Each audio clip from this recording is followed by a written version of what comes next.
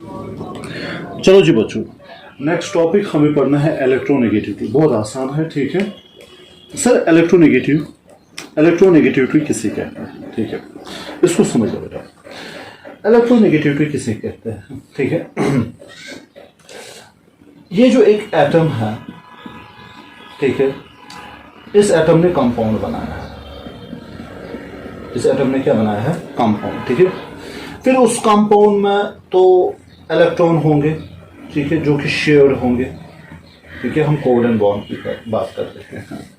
एक एटम ने कंपाउंड बनाया है, उस कंपाउंड में इलेक्ट्रॉन भी मौजूद है जो कि शेयर है। मिसाल के तौर पर हम HF की बात करें, हाइड्रोजन फ्लोराइड, इसमें ये इलेक्ट्रॉन इन्होंने शेयर किए, ठीक है। अब देखो, अब हमें क्या देखना है? अब हम देखेंगे यहाँ पे एबिलिटी। सर किसकी एबिलिटी?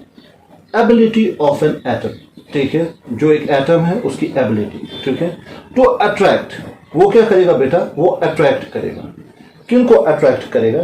सर शेयर्ड इलेक्ट्रॉन, ठीक है। वो शेयर्ड इलेक्ट्रॉन को attract, to attract shared electron को वो अट्रैक्ट कर रहा है टू इटसेल्फ, उसे हम कहते हैं इलेक्ट्रोनेगेटिविटी।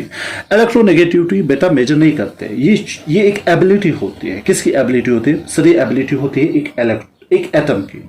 उसको क्या काम करना? जो इलेक्ट्रॉन शेयर किए हैं, ठीक है, कंपाउंड में, उसको अपनी ओर खींचना। लाइक दैट मैं आपको समझाऊंगा।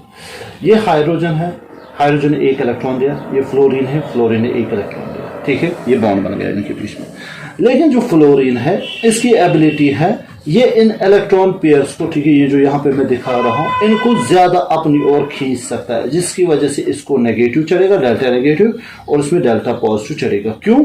क्योंकि ये जो बॉन्डेड इलेक्ट्रॉन है, शेयर्ड इलेक्ट्रॉन है, ये शिफ्ट हो गए फ्लोरीन की वजह से। क्यों? क्योंकि फ्लोरीन के पास पावर है, जिसकी वजह से इन शेयर्ड इलेक्ट्रॉन्स को अपनी ओर खींचते हैं। इसी को हम इलेक्ट्रोनेगेटिविटी कहते हैं, ठीक है, समझ में?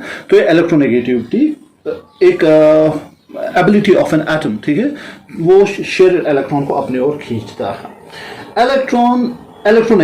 इलेक्ट्रोनेगेटिविटी को बेटा आप मेजर नहीं कर सकते, ये आपको याद रखना है, ठीक है। लेकिन कुछ स्केल्स हैं जिनके जरिए हमने इनको वैल्यूज दिया है। एक है पॉलिंग स्केल, ये आप लोगों को याद रखना है। सर पॉलिंग स्केल की वजह से, ठीक है, हम इसको मेजर कर सकते हैं। दूसरा ये एक मोलिकन, ठीक है, जाफी स्केल है, ये दूसरी स्केल है बेटा, इससे भी आप मेजर कर सकते हैं, ठीक है।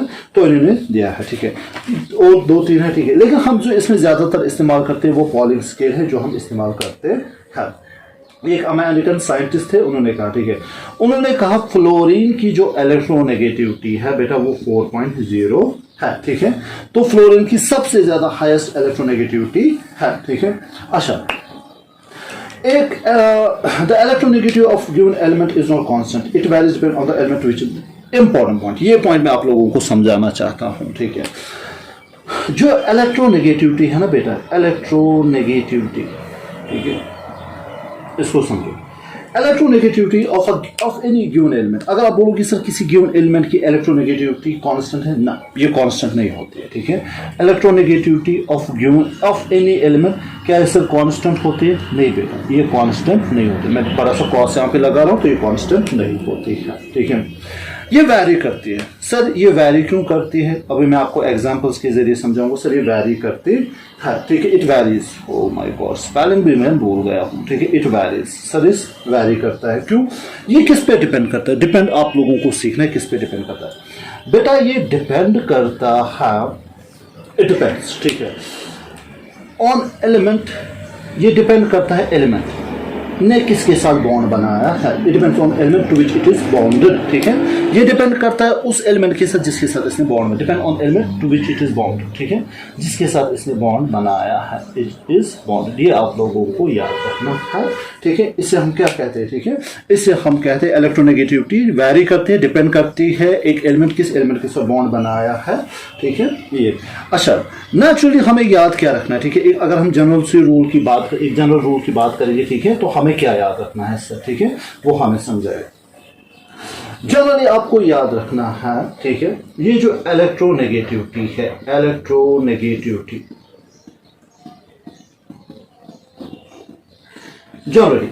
इलेक्ट्रोनेगेटिविटी क्या होती है, ये इंक्रीज होते हैं अक्रॉस द पीरियड। ठीक है सर, इंक्रीज यहाँ पे लिख रहा हूं मैं, इंक्रीज अक्रॉस द पीरियड, ये आप लोगों को याद रखना है। ठीक है, अक्रॉस द पीरियड सर ये इंक्रीज हो रही है।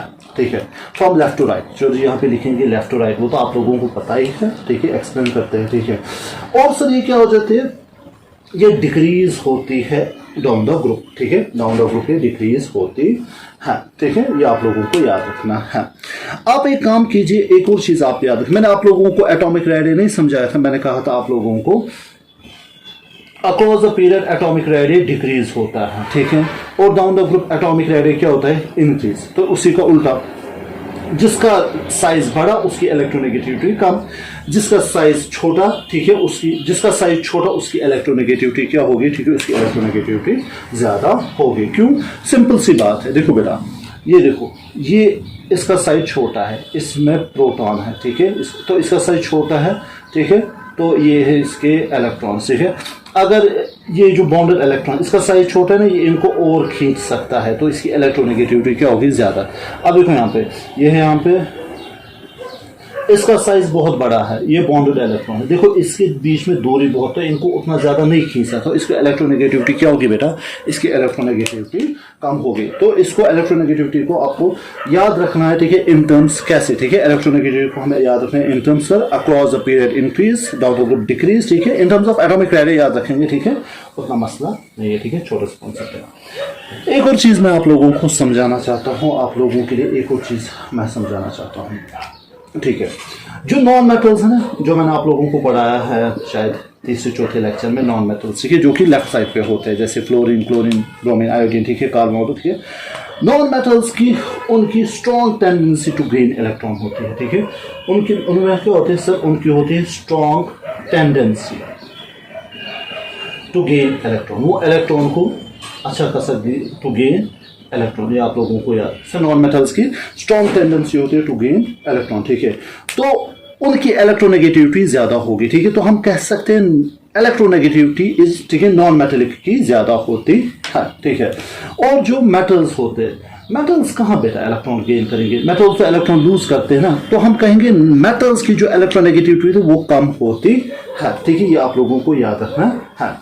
तो क्यों, हम एक रूल बनाएंगे सिंपल से, across the period metallic, across the period non metallic character increase, तो इलेक्ट्रोनेगेटिविटी भी इंक्रीज हो जाए, कि ये आप लोगों को पता है sir, non metallic character across the period increase, तो इलेक्ट्रोनेगेटिविटी भी इंक्रीज हो जाएगी। क्यों, ठीक है, क्योंकि नॉन मेटल्स को इलेक्ट्रॉन लेना पसंद है।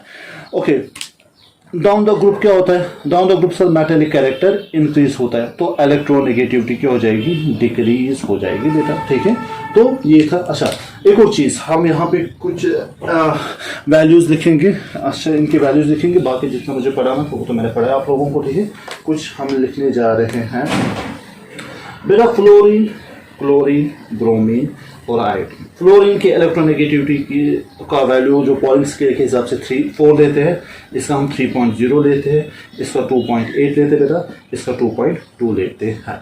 ओके, तो ये आप लोगों को याद रखना है। लिथियम की अगर मैं बात करूं, लिथियम चलो जी बोर्ड पे तो आ रहा है, lithium, sodium, potassium, rubidium, caesium. ठीक है, इसका 1 हम लेते हैं, इसका 0.9 लेते हैं, इसका 0.8 लेते हैं, इसका 0.8 लेते हैं, इसका 0.7। ये याद रखिए, फ्लोरीन का 4, क्लोरीन का 3 होता है, इसको अच्छे से याद रखिए। ठीक है, ओके।